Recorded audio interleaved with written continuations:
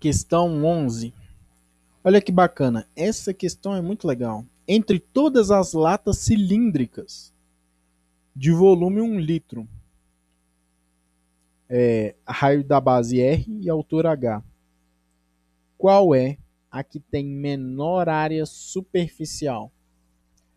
Cara, isso aqui na engenharia é o que mais rola.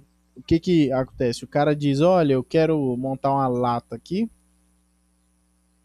uma lata num certo formato, mas ela vai ser feita de alumínio. E alumínio é o que? Caro. Então eu quero saber qual é o formato que eu tenho que escolher de altura e raio para minha lata, para que ela tenha o menor comprimento, a menor área superficial possível, contendo o mesmo volume.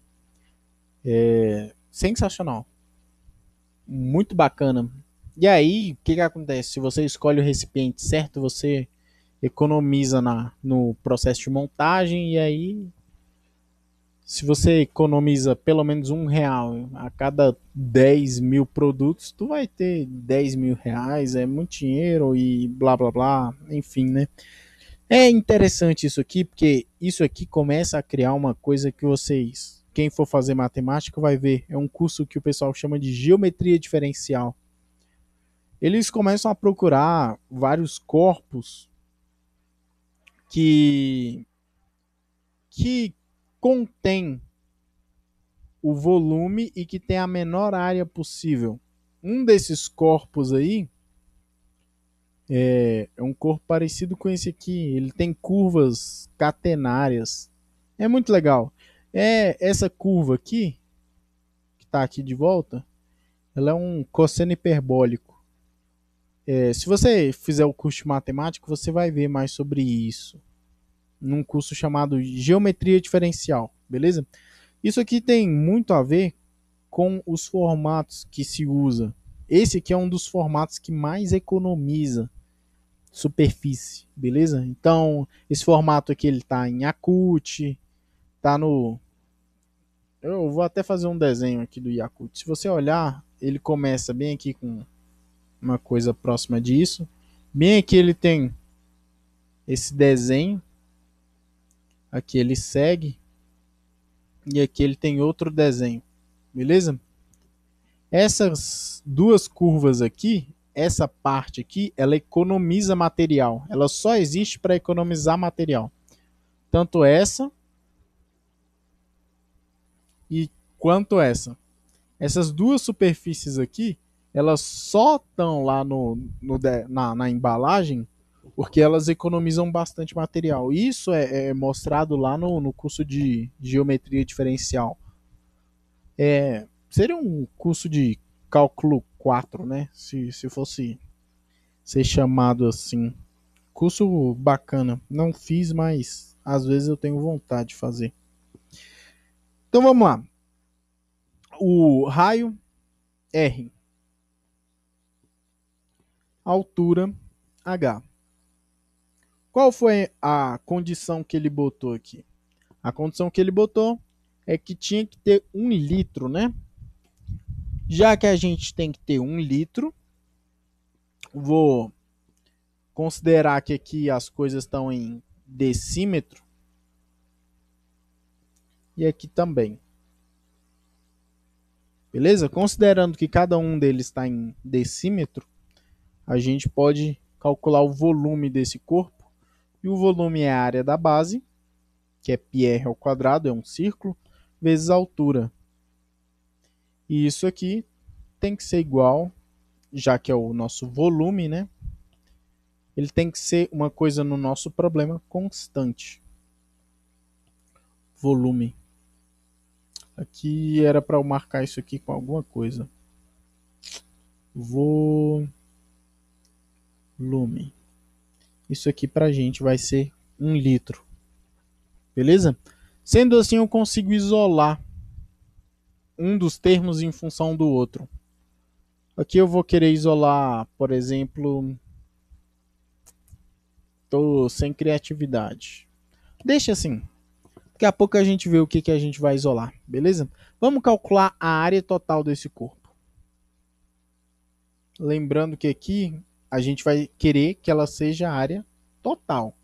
Porque a gente vai montar uma lata fechada, né? Sendo uma lata fechada, a gente vai pegar a área da base, a área do topo e a área do em volta, né? A área que cobre o corpo lateralmente. O pessoal chama de área lateral. A área da base, πr ao quadrado.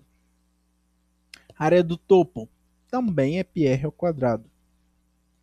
A área da lateral, se eu abrir essa lateral toda, a gente vai ter uma coisa parecida com isso aqui, ó. Isso é abrindo ela, abrindo a lata. Beleza? Essa distância aqui, na hora que eu abrir, esse tamanho aqui é exatamente o tamanho dessa circunferência. Então, se eu abrir esse corpo e deu esse, então esse tamanho tem que ser igual a esse tamanho. Esse tamanho aqui a gente conhece. Esse tamanho aqui ele é 2πr. Então, esse tamanho todo aqui é 2πr. E aí é só multiplicar pela altura, que é h, e aí a gente tem a área de um retângulo. Então, aqui a gente vai ter que acrescentar o 2πrh. Como as coisas estão indo bem, como só tem h aqui, eu vou isolar o h nessa equação e vou tacar nessa. E aí eu vou encontrar o raio que gera a minha área, que a gente pode ver se ela é mínima ou máxima. Então vou montar aqui a minha área total em função do meu raio. Vai ser, juntando esses dois caras aqui, vai ficar 2πr ao quadrado mais 2π vezes o raio vezes o h. Só que o h, no nosso caso aqui, ele é 1 dividido por 2πr ao quadrado. Então vai ser 1 dividido por 2π. Desculpa, dividido por πr ao quadrado. Já ia errar aqui. Beleza? Não tem esse 2. Então vamos cortar algumas coisas aqui. Aqui dá para cortar um R. E aí, olha o que a gente encontra aqui. Área total em função de R é 2πr ao quadrado mais 2 sobre R. E aí, como a nossa área está dependendo somente de um parâmetro, a gente pode derivar em relação a esse parâmetro. Qual é a ideia aqui? A ideia é a gente ver o que acontece quando a gente varia o raio. Beleza? Se a área cresce ou se a área diminui de acordo com a minha variação no raio. Então eu vou ver o quanto que a área varia em relação ao raio. Então, praticamente é derivar, né? Então a área linha de R vai ser, a derivada aqui vai ficar 4πr mais, aqui vai ficar esse 2 vezes, aqui é um menos 1, né? R elevado a menos 1 cai, vai ficar menos 1, e aqui embaixo vai ficar R ao quadrado. Beleza? Se atentaram aí na derivada, é igual às outras lá. Se você tiver uma dúvida, para aí o vídeo, pensa um pouquinho. Beleza? Então a gente vai ter 4πr menos 2 sobre r ao quadrado. Tá, a primeira pergunta que a gente se faz aqui, será que tem sentido eu criar uma lata cujo raio é zero? Acho que não, né? Não tem sentido a gente ter uma lata cujo raio é zero.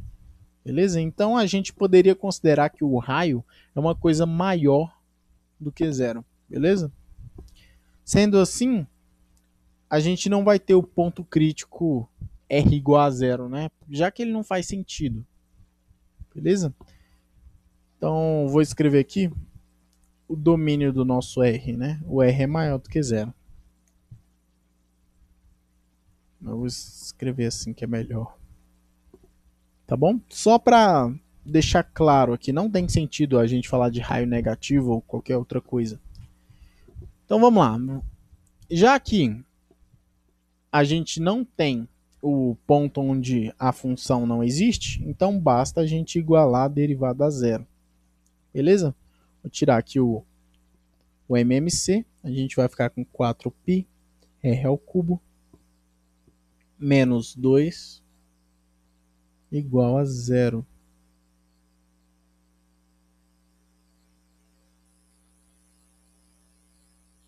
E aí, se eu quero que uma fração seja zero, basta que o numerador seja zero. E aí a gente fica com 4π r ao cubo menos 2 igual a zero. Vou passar para o outro lado, passar as coisas dividindo. E aí, o r ao cubo, ele é 2 dividido por 4π. E aí, dividindo por 2, a gente vai ter 1 sobre 2π. E aí, o nosso melhor raio, ele é 1 dividido por raiz cúbica de 2π. Isso aqui em decímetro, se eu não me engano.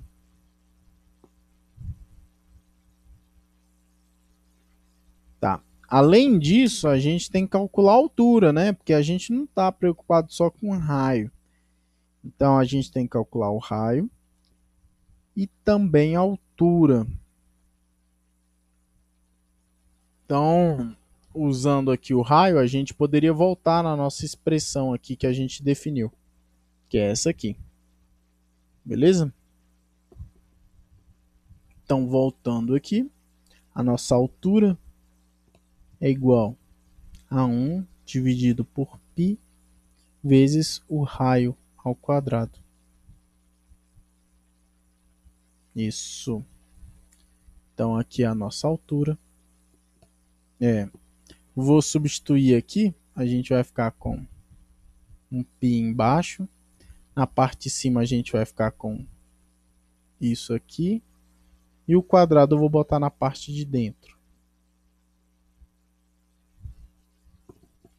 Eita, não mostrou. Só substituir aqui na nossa fórmula de volume. Foi a fórmula inicial que a gente tinha. E aí a gente fica com esses dois valores aí. Eu vou calcular aqui só para a gente ter valores à mão. Para ficar interessante, né, da gente observar esse fenômeno. Calculadora aqui. Vou passar aqui. Beleza, nossa querida calculadora científica. Então bora lá. A primeira aqui, vamos ver mais ou menos o raio. Para você ter ideia, assim, o raio aqui está em decímetro, né? Talvez seja melhor transformar em centímetro no final. Eu vou pegar 1 dividido por...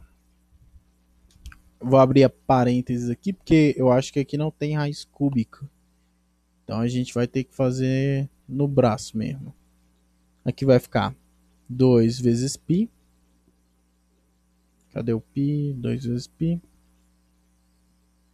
Beleza, fecha. Vamos elevar isso aqui. Como é raiz cúbica, então vou botar elevado a 1/3. Beleza? Beleza. A gente tem o nosso valor. Se eu multiplicar por 10, aí eu tenho os valores em centímetros, né?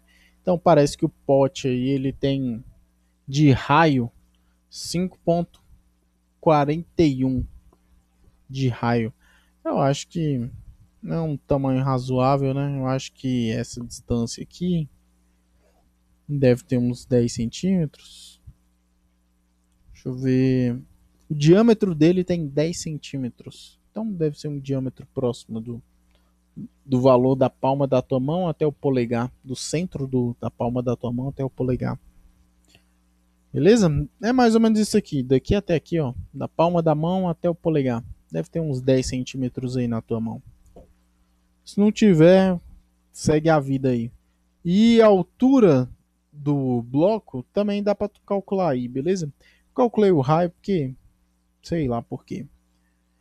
Então vamos seguir aí, né? Questão bacana, diferente. É interessante você olhar essas figuras aqui. Se você puder, depois pesquisa aí porque o nosso querido Yakut tem esse formato. Beleza? Valeu.